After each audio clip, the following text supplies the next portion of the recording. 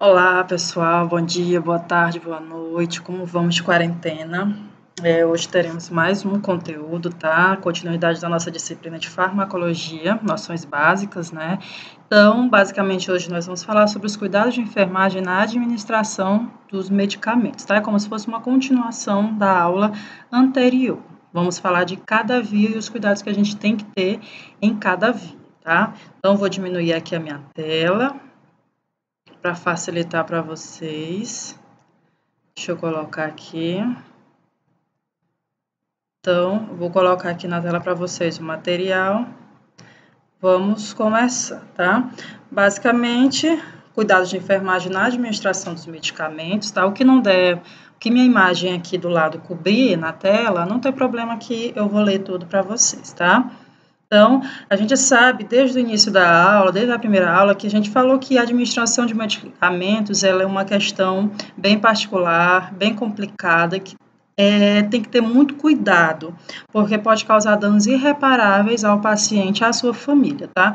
Uma das atribuições merecedoras de reflexão na prática de enfermagem é a questão da administração dos medicamentos, porque tem muito impacto sobre a prática do profissional e muito impacto ético relacionado, tá? Principalmente agora, que em épocas de pandemia, a classe de profissionais, de técnicos de enfermagem e enfermeiros tem que ter muito cuidado na questão de como acontecem as prescrições do medicamento, como acontece a administração, para que não caia nenhuma responsabilidade legal, né, até correr o risco de ser preso, ter o seu registro profissional cassado e ser impedido de exercer a profissão para o resto da vida, relacionado a eles, tá? A administração de medicamento é uma das mais sérias responsabilidades da equipe de enfermagem, tá? Que pousa sobre a gente. Então, nós começaremos falando sobre os cuidados na administração, dos fármacos, tá? Todo medicamento, aqui, ó, a ser administrado ao paciente deve ser prescrito pelo médico. E aí, a gente volta para a aula anterior, onde nós falamos dos tipos de prescrição. Nós temos a prescrição padrão, nós temos a prescrição única, a prescrição verbal e telefônica, que não é um modelo usual de prescrição, mas que, se acontecer logo após, você tem que pedir ao médico que receitou e faça a prescrição escrita dessa medicação. Toda prescrição deve conter a data da consulta do paciente, o nome do paciente, o registro. Se for uma prescrição hospitalar, tem que ter a enfermaria do paciente, tá? Então, assim, no prontuário do paciente já tem o seu leito e a sua enfermaria, o local onde ele está internado, se é na UTI, se é no bloco cirúrgico, na sala de recuperação pós-anestésica, se é na clínica médica, enfim, o setor que o paciente estiver vai estar lá no prontuário bem especificado, tá? Além do mais, tem que ter o leito, o nome do medicamento, claro, a dosagem, a via de administração, se é oral, se é subcutâneo, se é intramuscular, a frequência dessa administração, se é 3 vezes por dia, se é 2 vezes por dia, e, claro, a assinatura do profissional que receitou, tá? Na questão da bandeja, ao preparar a bandeja de medicamentos, a gente tem que fazer atentamente e procurar ao máximo não conversar, porque geralmente a conversa, quando a gente está preparando uma medicação, pode ocasionar erros, porque a gente perde um pouco da atenção na preparação para ouvir o que o outro colega está falando. Não estou dizendo para você ficar mudo na hora que está preparando, não. É para evitar distrações, tá? Ter sempre à frente, enquanto prepara o medicamento, a prescrição médica, ou seja, o prontuário do paciente ou a prescrição, por exemplo, se não for prontuário, se você estiver no setor do PS, do pronto-socorro, não tem prontuário, só tem papelzinho com a prescrição do medicamento. Então, sempre ter ele perto de você, para que, se você esquecer, sempre olhar. E esse medicamento é 2 miligramas ou é 3 miligramas? Principalmente quando é mais de uma medicação, tá? Quando é só uma, a gente decora rápido, mas quando é mais de uma, você pode trocar as miligramas de uma é intramuscular, o outro é intravenoso, você pode trocar a via de administração, porque existem drogas que tanto podem ser administradas por via intramuscular, quanto podem ser administradas por via intravenosa, então você tem que ter o cuidado de observar principalmente essa via, tá? Tem que ler o rótulo da medicação várias vezes, o protocolo diz que você tem que ler no mínimo 3 vezes, compreendendo a prescrição. O que é compreendendo a prescrição? É entender a letra do médico. Se você não entender, não tem problema nenhum em voltar e perguntar. Ou perguntar a alguém que já está há mais tempo do que você naquele setor. Porque tem profissional que já está mais tempo naquele setor com aquele mesmo médico, então ele já entende a letra daquele profissional, tá? Antes de tirar do recipiente do armário, antes de colocar o medicamento no recipiente para administrar, você vai conferir o rótulo e antes de repor de volta o medicamento no armário. Nós sabemos que no armário fica variadas medicações, tanto no armário daquele setor, quanto em depósitos, vasilhinhas de plástico e ficam as medicações. E tem medicação que tem um rótulo muito parecido, por exemplo, medicação transparente, que vem na ampola transparente. Tem vários tipos de medicação que são transparentes, tem vários tipos de medicação que são na ampolazinha marrom escura. Então, você tem que ler o rótulo para você não pegar a medicação de maneira errada. Você tem que colocar a prescrição médica próxima ao recipiente de medicamento, sempre juntos na bandeja, tá? Vai com a prescrição embaixo ali do medicamento, só para você conferir de fato se é a via correta, tudo certo. Nunca administrar medicamento com rótulo ilegível, sem rótulo ou, claro, óbvio, se o medicamento estiver vencido. Você nunca administra, você volta lá na farmácia hospitalar e pega uma medicação que esteja dentro do prazo de validade. Realiza essa troca e informa ao setor responsável. Você vai ter que identificar a seringa ou o frasco, se for via oral, quarto, leito, via nome de medicamento. O que é isso? A seringa, digamos que isso aqui seja a seringa, você vai pegar o esparadrapo e colar a identificação, o nome do paciente, o leito que ele está, a enfermaria. No caso, a enfermaria não precisa porque ele vai estar na sua enfermaria, tá? Mas o máximo de informações possíveis que você tiver, você coloca, porque, como eu falei na aula anterior, você, quando vai com a bandeja de medicação, você não vai só para um paciente. Você vai com vários. Então, seringa dispostos na bandeja com medicação transparente tem um monte. Então, para que você não confunda, sempre tente identificar. Aqui nós temos que tem que identificar o paciente antes de administrar o medicamento, solicitando nome e certificando-se com a exatidão do mesmo pelo prontuário. Por quê? Você vai chegar no leito seu José da Silva, então vamos lá fazer a medicação, porque logicamente o paciente vai confirmar. Acontece às vezes, quando a enfermaria está vazia, de um paciente do leito 20 mudar para o leito 21, porque ali é melhor, porque o ventilador pega melhor ali naquele leito 21. Então, o paciente muda de leito e não informa ninguém. E às vezes chega um paciente novo, dá entrada, e quando ainda não é dado baixa, ele vai para aquele leito 20 que antes estava o seu José. Então, para evitar essa confusão, sempre confirme com o paciente ou com o acompanhante, caso o paciente não tenha condições de confirmar. Se for um bebê, por exemplo, ele não vai ter condições de confirmar pelo nome. Então, sempre confirme com o paciente ou com o acompanhante, o nome dele é o seu José, né? Tá certo. Então, aí você faz a medicação, porque eles mudam muito de leito, tá? Eles sempre ficam rotacionando, aqui é melhor para mim, não, aqui é melhor para mim. O outro ponto aqui é certificar-se das condições de conservação do medicamento. Claro, verificar a data de validade e a conservação. Por exemplo, você sabe que aquele medicamento, você vai aplicar uma amitriptilina. Você sabe que aquela medicação é amarela e por acaso ela está meio esverdeada. Você vai entender que tem algo errado ali.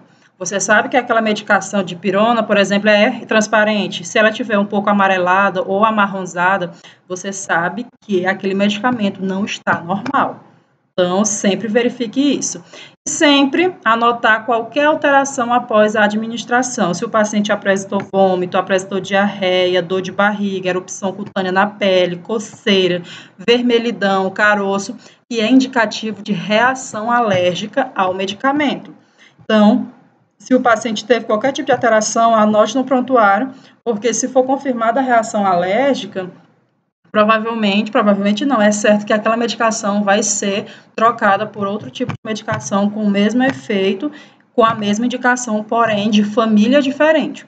Porque se você tem alergia a uma família determinada de medicamento, você também vai ter alergia aos primos deles, digamos assim, tá?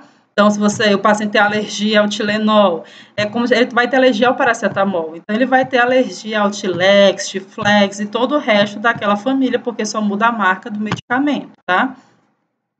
E aqui, ó, uma coisa importante, Quem prepara a medicação administra. Se você preparou, você administra.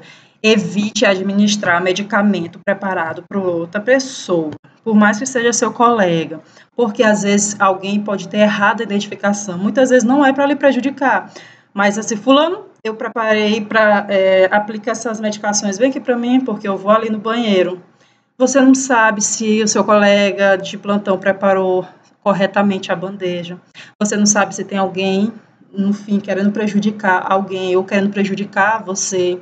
Então, quando a gente lida com esse tipo de situação, é bem complicado. Então, via de regra, sempre administre a medicação que você preparou, tá? Quando é seu colega de trabalho de muito tempo, tá?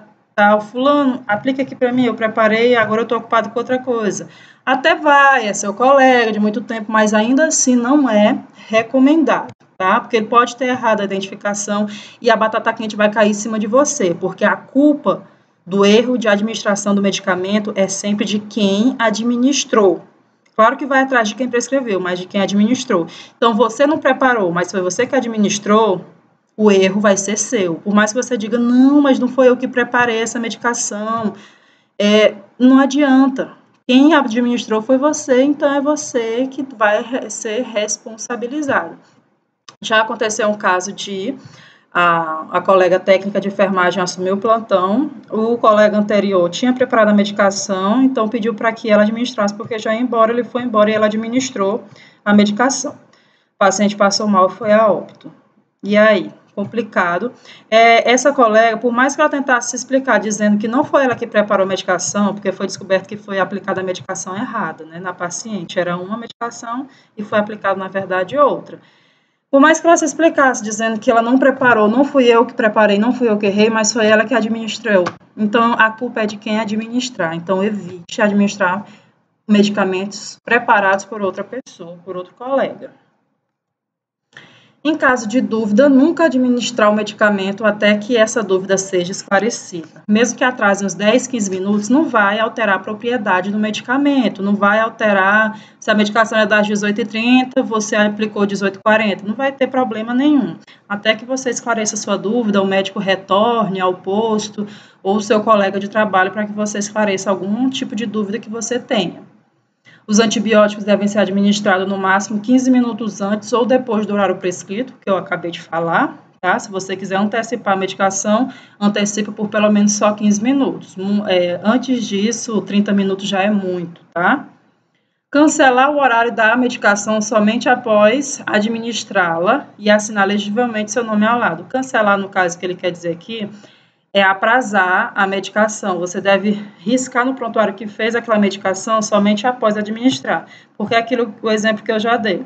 Às vezes você prepara a medicação, faz o checklist, risca que fez, e por algum motivo a medicação quebrou, o médico chegou e suspendeu aquela medicação, então como é que você vai fazer se você não pode passar corretivo no prontuário? Você disse que fez, aprazou, mas na realidade não fez, então só faça a checagem no prontuário, anotar no prontuário só após a feitura da medicação. Por último aqui, orientar o paciente quanto ao nome do medicamento, a ação da medicação e ao procedimento de autocuidado. O que é isso? É informar o paciente, ele tem direito de saber o que ele está tomando e quais os efeitos aquela medicação pode causar no seu corpo. Olha, seu José, essa medicação aqui ela é boa, mas ela pode lhe causar uma certa coceira. Olha, se o senhor sentir uma certa náusea, é normal da medicação. Seu José, eu vou lhe aplicar essa, o senhor vai tomar, ela tem um gosto muito amargo, mas é assim mesmo a medicação. Então, assim, para o paciente ficar mais tranquilo, porque você aplica a medicação e sabe daquele efeito e não informa, depois o paciente vai atrás de você, vai ficar chamando, vai achar que está passando mal, vai achar que você fez medicação errada. E se for um idoso, ele vai dizer que você está querendo matar ele, fulano quer me matar, me dando esses remédios ruins, enfim. Sempre esclareça para o paciente o que ele está tomando para que não gere nenhum tipo de dúvida.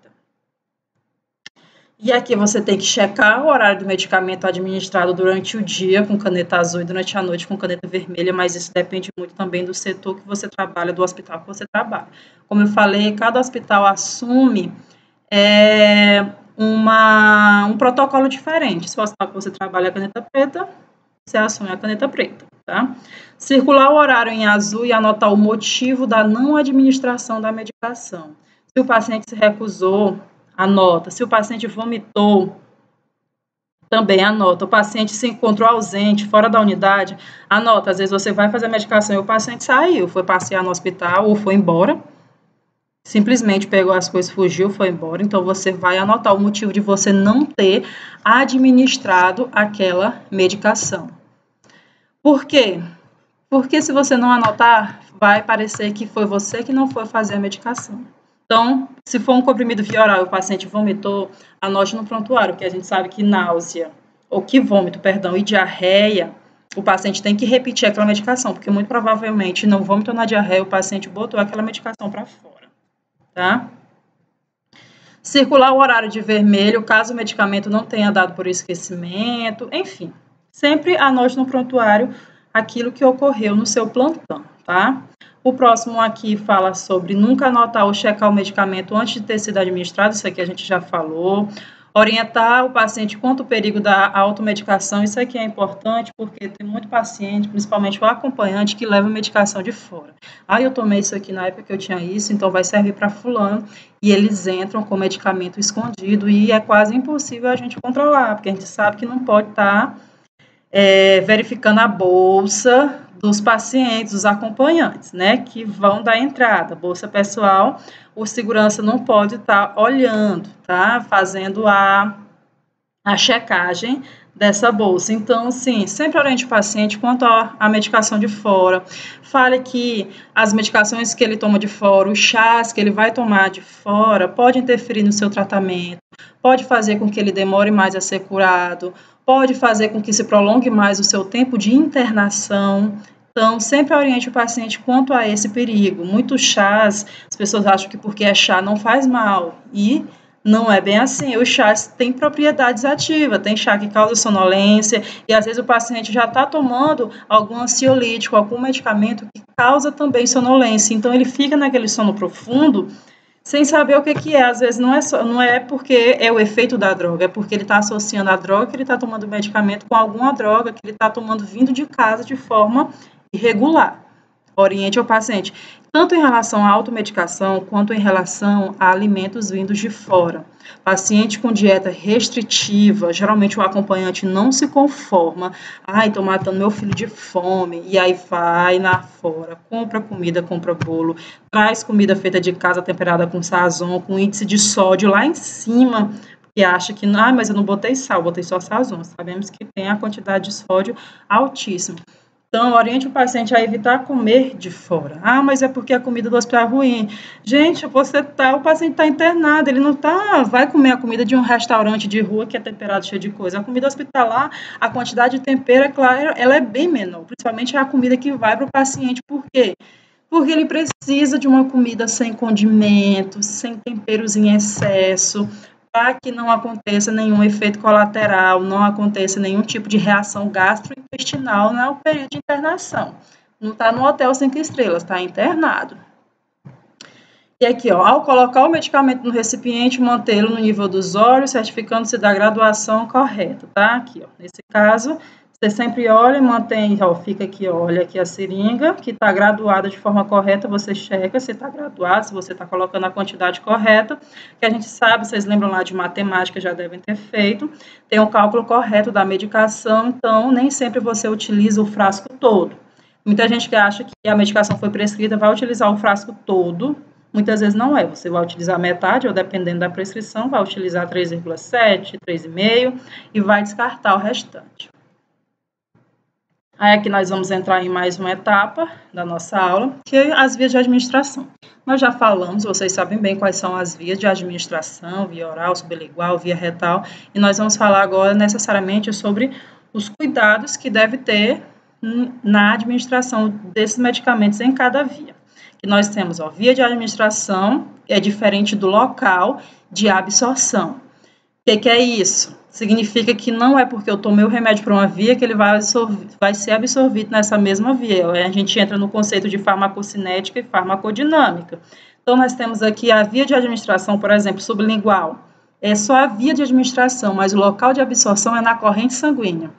Então, vejam aí a diferença entre via de administração e o local de absorção dessa droga.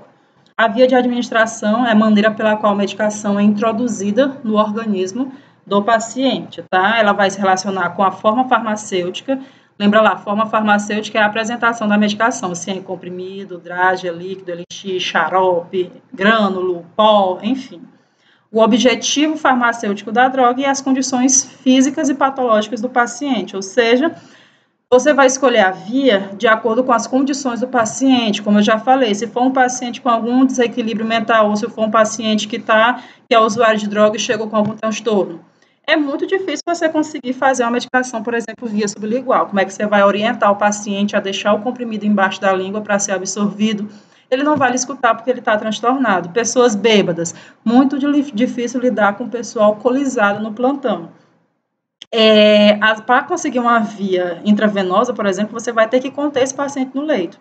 Comprimido, se você for dar para uma pessoa alcoolizada, ele não vai tomar de jeito nenhum, ele vai cuspir em cima de você.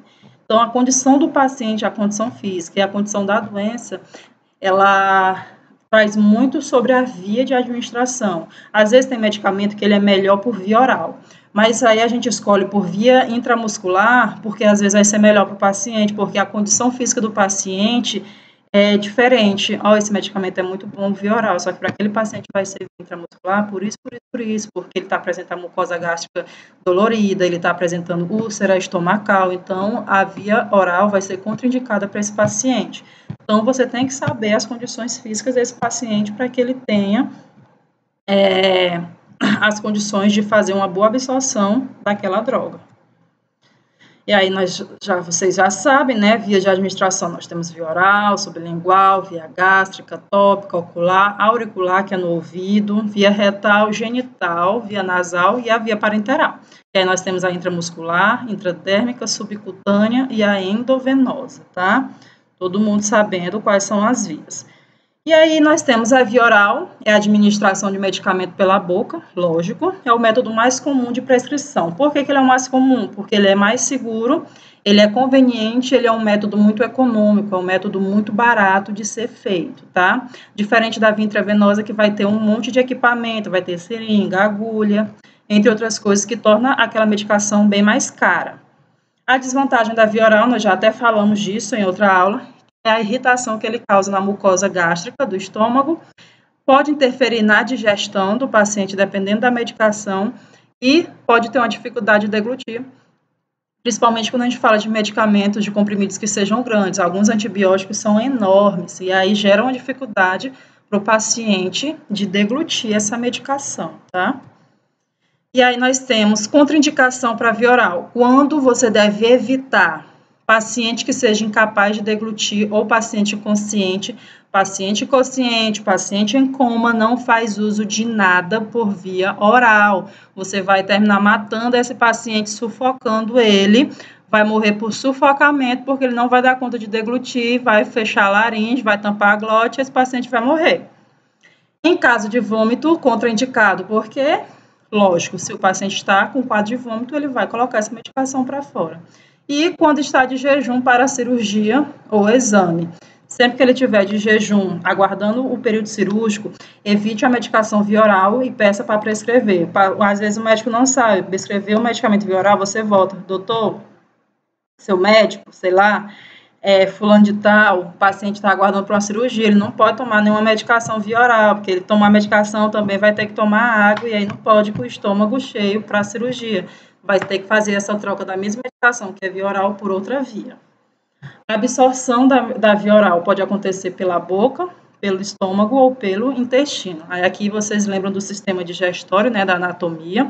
Medicação vai entrar aqui pela boca, que nós temos a língua, a base da língua, e ela vai cair aqui, ó, no esôfago, vai para o estômago. Aqui é o duodeno, que é a primeira porção do intestino delgado. Então, esse aqui é o intestino delgado, como todo mundo lembra, e aqui nós temos o intestino grosso, aqui o reto, tá? O ânus, onde é que vai... O ânus, na verdade, é só o finalmente, né? Onde vai ser eliminado as fezes, tá? Aqui nós temos a víscera, a maior víscera do corpo humano, que é o fígado, e embaixo dela, em verde, nós temos a vesícula biliar, que guarda aí a bile, né? Que vai fazer a metabolização das gorduras que a gente ingere, tá? Então, é esse o trajeto que a medicação vai fazer no corpo humano, a medicação que seja via oral. Correspondências, que são algumas medidas. Essas medidas, pessoal, não são exatas, tá? É só uma base que a gente tem. Uma colher de sopa é basicamente 15 ml de alguma medicação. Colher de sobremesa, que é aquela menorzinha, é 10 ml. Colher de chá, 5 ml. Colher de café bem pequenininha, 3 ml. Só que essas medidas, hoje em dia, não são muito usuais. Porque, antigamente, as colheres, elas vinham em uma série, eram todas idênticas de qualquer casa, era o mesmo tamanho, a colher de sopa, a de sobremesa, a de café e a de chá. Hoje em dia a gente sabe que não mais, cada colher tem o seu tamanho variado dependendo da marca, mas é como se fosse uma média, tá? E aqui, 1 ml é igual a 20 gotas, todo mundo sabe, e uma gota é igual a 3 microgotas. No caso aqui, 1 ml é 20 gotas, isso aqui é muito bom para você fazer a conversão em casa. Quem tem criança em casa sabe, às vezes você perde o copinho medidor da medicação e fica sem saber o quanto dá. Então, é bom saber, a medicação que o médico prescreveu são 3 ml para aquele paciente. Se você não tem um medidor, é só você pingar 60 gotas que você vai ter 3 ml daquela medicação. E assim por diante. Aí nós temos materiais utilizados para via oral. Primeiro você vai pegar a bandeja, você vai pegar copo ou seringa descartável, copinho para colocar o comprimido e a água. Você tem que ter em mãos a prescrição médica e o comprimido, né? Ou o frasco do medicamento. Se você for levar o frasco, por exemplo, se for medicamento líquido, você às vezes leva o frasco e retorna com esse frasco. Ou você pega o copinho descartável de café e coloca a quantidade para o paciente e leva até ele. Procedimento que você vai fazer, primeiro de tudo, de qualquer via, é sempre lavar as mãos. Sempre, tudo que você vai fazer, lavar as mãos. Colocar os medicamentos nos recipientes, diluir se for necessário. Por exemplo, se for um comprimido e o paciente não tiver condições de deglutir esse comprimido, tiver com algum problema na garganta, a garganta infeccionada, ou tiver alguma ferida, esse comprimido vai ter que ser diluído. Então, você vai quebrar ele, macerar, que a gente fala, macerar com soro ou com água filtrada normal e colocar em um copo descartável para ele fazer a deglutição. Se o paciente estiver fazendo uso de sonda nasogástrica, também é obrigatório você pegar o comprimido e macerar. Identificar o recipiente com o nome do paciente, o leito, o medicamento e a dose, que a gente já sabe. Levar a bandeja para perto do paciente, identificá-lo, verificando, confirmando o nome desse paciente e explicar ao paciente o que está acontecendo, ou ao acompanhante, os dois, sobre o procedimento que você vai fazer, que é uma coisa muito simples, né? No caso da via oral. Você explica o propósito de cada medicamento. Ó, seja, esse remédio aqui é para melhorar na sua garganta, esse outro aqui é para melhorar o seu estômago, porque o seu está com o estômago doendo. E assim você vai falando na linguagem do paciente para que ele entenda da melhor maneira possível. Porque tem muito paciente que tem vergonha de falar que não entendeu. Colocar o medicamento na boca do paciente sem contaminar os comprimidos ou xarope, nunca toque na medicação. Oferecer água para ajudar a deglutir, caso esse paciente possa tomar água, esteja sem restrição. Verificar se o paciente deglutiu o medicamento. Recolher o material e fazer a anotação no prontuário, tá? Cheque se o paciente de fato deglutiu, se ele não está cuspindo a medicação, né? Tem paciente que faz isso, acha que não está sendo estão fazendo mal a ele, né? E a via sublingual, os medicamentos são colocados debaixo da língua para ser absorvido diretamente pelos vasos sanguíneos. Como eu falei, as mucosas do nosso corpo, elas são muito irrigadas, tá? As mucosa ocular, mucosa nasal, mucosa oral, anal e vaginal são locais de muita corrente sanguínea. Então, sempre que você coloca a medicação próxima à corrente sanguínea, ela vai absorver. Então, a via sublingual, ela é especialmente boa para nitroglicerina, que é utilizado no alívio da angina, que é a dor no peito, porque a absorção dela vai ser bem rápida, o medicamento ingressa diretamente na circulação sanguínea, ou seja, quando você quer que o medicamento haja de forma rápida, a via sublingual é uma boa pedida, porque o medicamento não vai ser ainda absorvido, ele já cai direto na corrente sanguínea. A maioria dos medicamentos não pode ser administrada por essa via, porque a absorção é geral, incompleta e errática. O que é isso? Se é uma via tão boa, por que a gente não utiliza todo o medicamento e não coloca por ela? Não dá. A gente viu na última aula que a via sublingual ela tem umas contraindicações. Se a medicação for muito amarga, se a medicação for muito irritativa à mucosa, pode causar ferimentos, tá? Então, procedimento como qualquer outro, lavar as mãos, separar o medicamento conforme a prescrição, Nunca tocar no medicamento para não contaminá-lo, dar água para o paciente enxaguar a boca, se ele quiser antes da medicação, durante o procedimento ele não pode, né? Colocar o medicamento embaixo da língua, aqui ó, sob a língua, e pedir para que ele se abstenha de engolir a saliva. Diga, seu José, vou colocar esse medicamento embaixo da sua língua, mas o senhor não é para chupar o medicamento, não é para mastigar, não é para ficar salivando e engolindo a medicação. É só para deixar ele embaixo da língua, que o resto do corpo vai fazer o que tem que fazer.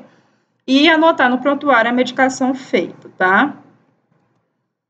Via gástrica é a introdução do medicamento através de sonda, seja ela nasogástrica, que vai do nariz até o estômago, pode ser sonda nasoentérica, que vai do nariz até o intestino delgado, né, o duodeno, ou gastrostomia, que é a colocação direto na barriga. Aqui, ó, gastrostomia é uma inserção de uma sonda direto no estômago. Então, o paciente não ingere. Você, quando coloca aqui por esse catéter, a medicação cai direto no estômago. É utilizada para pacientes inconscientes, muito boa, ou impossibilitados de deglutir, como eu já falei. Aqui, ó, a sonda nasogástrica, então fica esse catéter aqui, tá aberto, ó. Quando você termina, você fecha. Vai dar a medicação, você abre, e coloca a seringa aqui, injeta a medicação, ela vai entrar lá para o estômago, depois você lava a sonda com água ou com soro e fecha essa sonda, tá? Essa sonda vai ficar aberta só se tiver alguma indicação de que ela fique aberta, por exemplo, se o paciente estiver drenando algum líquido estomacal, tá? Os medicamentos sólidos são dissolvidos em água. Se o paciente está com sonda, é lógico que ele não pode tomar nada sólido, tá? Ele justamente está com sonda pelo impedimento de consumir alimentos e medicamento por via oral. Então, se for comprimido ou drágem, você vai ter que macerar, diluir e colocar água e aspirar na seringa para dar para o paciente. As cápsulas, se for aquelas cápsulas gelatinosas que tem um pozinho dentro, você vai abrir e colocá-las também diluídas em água e aspirar. Isso só no caso do paciente não poder tomar a cápsula, porque é contraindicado a abertura dessa cápsula, tá? Então, aqui no caso é uma bomba de infusão. Se tiver a bomba de infusão, você vai instalar a medicação aqui para ela ser injetada. Se não tiver, você mesmo vai fazer a colocação direto na sonda. Aqui, ó, nesse caso aqui, a sonda dele é nasoenteral, vai até o estômago, tá? A sonda entrou aqui, ó, passou pelo estômago e aqui ela já está no intestino delgado. Via tópica, via local, aplicação de medicamento na pele, sob a forma de pomadas, cremes ou adesivos, tá? Principalmente adesivo é no caso de tipo de anticoncepcional que é utilizado em forma de adesivo. Sua ação pode ser local ou geral. O que é isso? A ação local é quando o medicamento só age no local da aplicação, e a ação geral é quando a pele absorve e esse medicamento cai na corrente sanguínea, que é quando a gente vai ter a ação sistêmica que a gente fala, tá? Aqui, ó, por exemplo, a colocação de um adesivo e aqui a utilização de uma pomada ou creme para ser colocado por via tópica. Procedimento para a realização de via tópica. Você sempre vai lavar as mãos, tá? Explicar o procedimento e realizar a higiene local do paciente, tá? O local da aplicação, se estiver com muita sujidade, faz uma limpezinha. Às vezes o paciente dá entrada no pronto-socorro muito sujo, acidentado, com restos de asfalto, de terra, de pedra, de barro, enfim. Faça a higiene, organize o material, caça as luvas, expõe o local, se tiver de roupa, faça a abertura dessa roupa para expor o local onde você vai fazer essa medicação e colocar o medicamento na pele conforme prescrição, a quantidade que tiver sido prescrita. Observar qualquer anormalidade na pele, se o paciente está com vermelhidão, erupção, prurito, coceira, edema, ferida, qualquer coisa que esteja aparecendo no local de aplicação dessa medicação. Deixar o paciente o mais confortável possível, providenciar a limpeza e ordem do material. Você retira a luva, lava a mão de novo e anota no prontuário o que você fez, tá? Sempre lembra de anotar no prontuário. E sempre que você for aplicar medicamento via tópica, cuidado para não contaminar a medicação, certo? Se for um pote grande, você vai pegar uma espátula, um palito limpo, retirar, passar na gaze e passar no paciente. Se for preciso refazer aquele mesmo palito limpo, você pega mais um pouco. Não vai colocar o dedo dentro do pote da pomada. Se você usar a espátula e passar direto na ferida e descobrir que precisa de mais um pouco de medicação, não utilize a mesma espátula, pegue outra e retire. Por isso que é bom passar numa gaze, porque você pode utilizar a mesma espátula para ir tirando várias vezes, para que você não contamine o pote de material. Via ocular, medicação colocada nos olhos, é a aplicação de colírio ou de pomada na conjuntiva ocular, tá? O material é simples, é só o colírio, a pomada, né, o medicamento e uma gaze, caso seja preciso, caso pingue, caia fora. Aí você vai fazer aqui, ó, a colocação, vai baixar a conjuntiva aqui, ó, e vai pingar. Sempre pingue dentro, pessoal, aqui, ó. Você vai aqui, ó, pinga aqui dentro. Nunca, é muito ruim quando vai fazer a colocação de colírio, você abre o olho do paciente assim, ele vai ficar piscando quando você quer pingar o medicamento no meio. Quando você baixa e pinga aqui, quando o paciente piscar, esse lado aqui, ó, vai levar a medicação para todo o olho.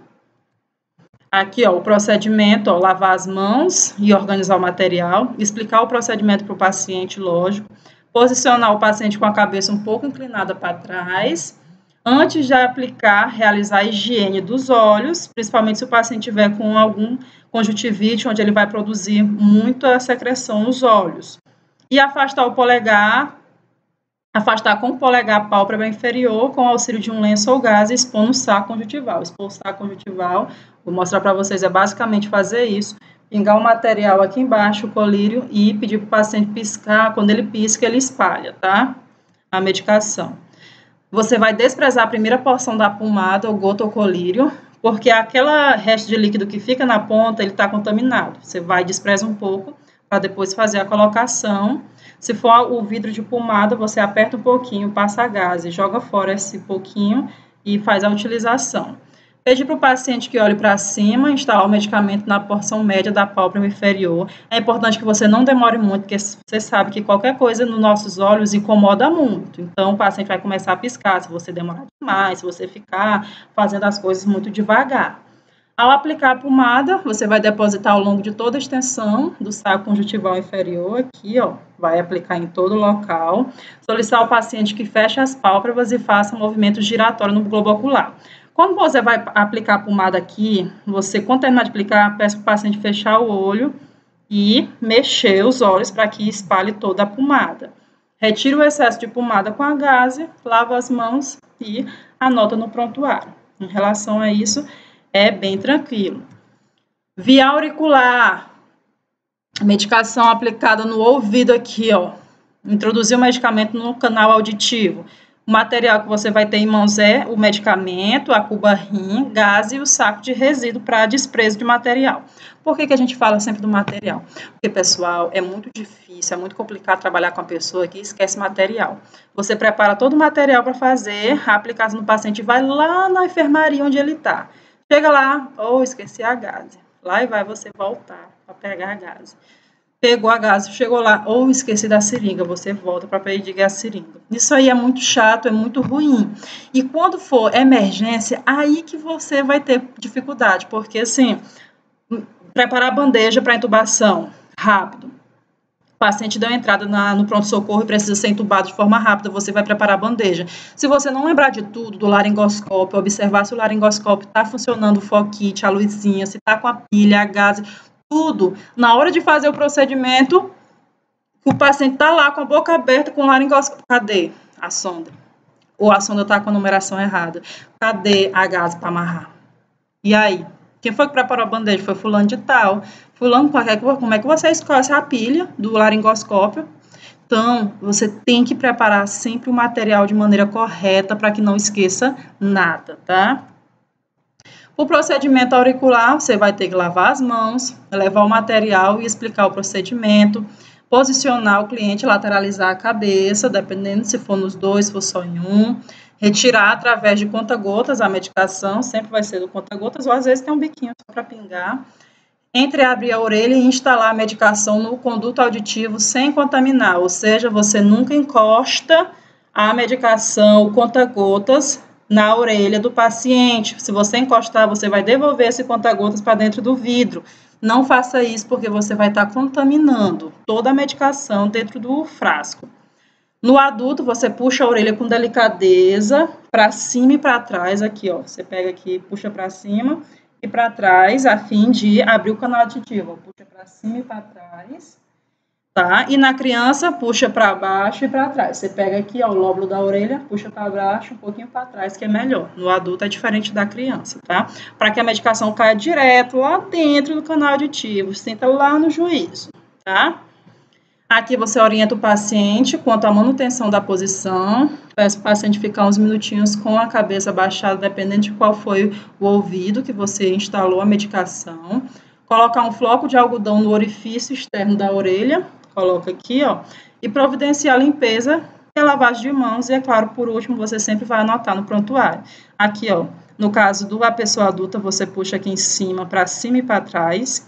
E no caso da criança, você puxa no lóbulo da orelha, para baixo e para trás também, tá? Para que a medicação, ó, caia direto no canal auditivo.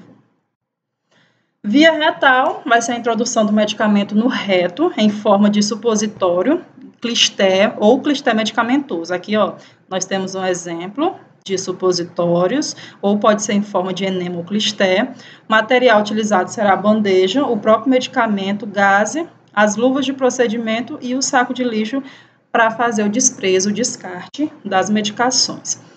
Você vai reunir todo o material, lavar as mãos, explicar o procedimento ao paciente. É um procedimento um tanto quanto constrangedor.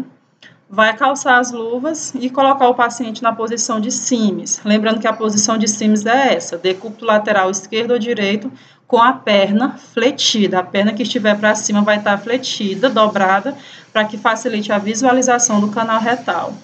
Com o polegar, o indicador da mão não dominante, você entreabre as nádegas do paciente e faz a colocação da medicação, tá? Se for pela seringa ou se for a própria medicação, o supositório. Introduz o supositório no reto delicadamente e pede que o paciente retenha por alguns minutos, que ele feche o esfíncter anal e segure a medicação. Coloca todo o material em ordem, tira a luva, lava as mãos e, lembrando que a última coisa é sempre anotar no prontuário. Observações importantes em relação à via retal. O paciente poderá colocar o supositório sem auxílio da enfermagem, sempre que seja orientado. Às vezes o paciente não quer que você coloque, ele mesmo sabe, não, eu já sei colocar. Ele mesmo pega e faz a colocação. Se ele tiver condições de fazer isso e quiser, você deixa o paciente colocar sozinho. Em caso de criança ou adulto incapacitado para reter o medicamento, para reter o supositório, para fechar o esfíncter anal, se for um bebê ou uma criança, ele não vai entender o que você está pedindo. Você comprime levemente as nádegas, segura, fecha o bumbum do paciente para que ele segure um pouco o supositório lá dentro. E é necessário colocar a comadre ou encaminhar o paciente ao banheiro. Comadre é aquela bandeja de inox onde o paciente que está acamado faz suas necessidades. Se o paciente tiver condições de ir ao banheiro, sempre opte para ele ir ao banheiro. Se não tiver condições, ele precisa evacuar na cama, lembra de colocar a pomada para evitar a sujidade, sujar e contaminar todos os lençóis de cama. Medicamento por via vaginal, é a introdução de medicamento no canal da vagina. Esse medicamento pode ser introduzido sob a forma de creme ou gel, comprimido ou óvulos, tá? O material que você utiliza vai ser a luva de procedimento, o aplicador vaginal ou a medicação, tá? Isso quando a paciente não puder fazer sozinha. Se ela puder e souber fazer sozinha, você deixa que ela faça. Se ela não tiver condições, está inconsciente, é uma idosa, ou é criança, aí sim você faz pela paciente. O procedimento que você vai fazer é explicar, primeiramente, para o paciente o que vai acontecer e a posição que você vai colocar. Organiza o material, lava as mãos e calça as luvas. Coloca o biombo no leito para que não tenha visualização de ninguém, claro, não gere constrangimento. Colocar o paciente na posição ginecológica, perna aberta. E fazer a utilização de aplicador próprio, não reutilizar. E com auxílio de gaze, afastar os pequenos lábios na vagina da paciente e fazer a colocação desse material. O oitavo passo é introduzir delicadamente o aplicador, aproximadamente 5 centímetros, em direção ao sacro, lembra lá do sacro, parte lá do sistema esquelético, para que haja na parede posterior da vagina, para que entre no canal vaginal sem doer, sem bater esse aplicador, tá? E sem pressão, devagar, para que não machuque, principalmente se a paciente já tiver com algum tipo de inflamação. Pressiona o êmbolo do aplicador, tá? As meninas sabem bem do que eu estou falando. Retira o aplicador e preste para o paciente que permaneça naquela posição por 15 minutos, tá? Para que, se ela levantar, ficar em pé, a medicação desce, ela retorna da vagina, então não adianta. Coloca um absorvente, providencia a limpeza e ordem do material, retira as luvas e lava as mãos e sempre anota no prontuário, tá? Via nasal, medicação por via nasal, você vai administrar na mucosa nasal um medicamento líquido ou pomada, às vezes muito difícil utilizar a pomada. O material que utiliza são as luvas de procedimento, a medicação e só uma gase. É bem simples, tá? O paciente vai lateralizar não, vai inclinar a cabeça um pouco para que você pingue esse material, esse medicamento. Mesma coisa, do material, vou até pular. Sempre você lava a mão, prepara a bandeja, higieniza, calça a luva, tá? Inclina a cabeça do paciente para trás, faz a hiperextensão, pinga a medicação na parte superior da cavidade nasal e evita que o frasco toque, claro. Porque a medicação nasal, ela não é de uso exclusivo do paciente, outros vão utilizar. Então, você não deve contaminar o frasco tocando esse frasco no nariz do paciente. E aí você solicita para que ele permaneça com a cabeça inclinada um certo período de tempo, para que a medicação não desça, não escorra de volta. Providencie a limpeza do material e anote sempre no prontuário. Sempre peça, em qualquer procedimento que vai fazer, peça a cooperação do paciente. Se ele puder cooperar, explique o procedimento, porque qualquer coisa feita com a cooperação do paciente é sempre melhor e dá sempre menos trabalho. E aí nós temos as vias parenterais, tá? Que são as vias que atravessam a pele e vai precisar de algum tipo de seringa. Intradérmica, subcutânea, intramuscular e endovenosa. Sempre vai utilizar agulha, seringa e medicamento esterilizado, seguindo as técnicas que são bem padronizadas, tá? A vantagem da via parenteral vai ser a disponibilidade da droga e vai ser mais rápida, tá? O tratamento é mais emergencial, então é a via muito boa. A desvantagem da via parenteral é a dor, tá? Pode ocorrer injeção intravascular acidental, quando o braço fica todo roxo, extravasou a medicação, vazou, fora do vaso está na parte muscular, no tecido. Pode vir acompanhada de forte dor e às vezes é difícil para o paciente injetar o fármaco em si mesmo, se for necessária automedicação, que é no caso da insulina. Tem muito paciente que torna-se diabético e morre de medo de se auto-aplicar a insulina. Outra desvantagem da via parenteral, além da dor e de tudo isso que eu falei, é o alto custo, porque utiliza equipamentos. Então, ela sempre torna-se mais cara do que uma medicação via oral ou via sublingual.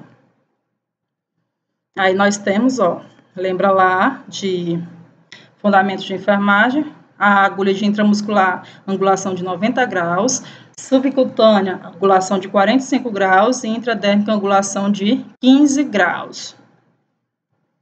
No caso da intradérmica, é uma via bem restrita, para ser aplicado pequenos volumes, muito pouco, vai de 0,1 a 0,5 mililitros de medicamento, e ela é utilizada geralmente para 3 funções, ou para a prova de PPD, que é a prova tuberculínica cutânea, para saber se você tem reação, se a sua vacina de BCG lhe provocou imunidade contra a tuberculose. Nós temos as provas alérgicas, muito utilizado nas clínicas infantis para teste alérgico, e a aplicação da vacina BCG, tá? Então, a vacina intradérmica, todo mundo sabe que ela produz uma pápulazinha, um pequeno ferimento para que ela tenha a sua reação positiva. Local de aplicação pode ser, tem que ser um local que não tenha muito pelo, que tenha pouca pigmentação, geralmente a parte posterior aqui do braço, que tenha pouca vascularização. Lembra que a via intradérmica não é para ser aplicado na via sanguínea, na corrente sanguínea, tá? Pelo contrário, é para essa medicação demorar muito a ser absorvida pela via sanguínea.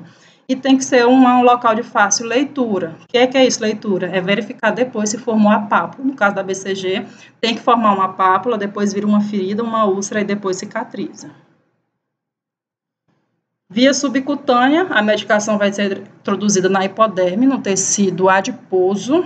Ela tem uma absorção bem lenta, por isso que a insulina é aplicada nessa via, para ficar disponível no corpo o dia todo. O volume não deve ultrapassar 3 mililitros, no máximo é isso. No caso da insulina, o máximo vai ser 1 ml, né? E é utilizada para administrar a vacina, por exemplo, a antirrábica e a de sarampo. Também a via subcutânea é utilizada para fazer a aplicação de alguns anticoagulantes, como a heparina, e hipoglicemiantes, que é a insulina que a gente já falou.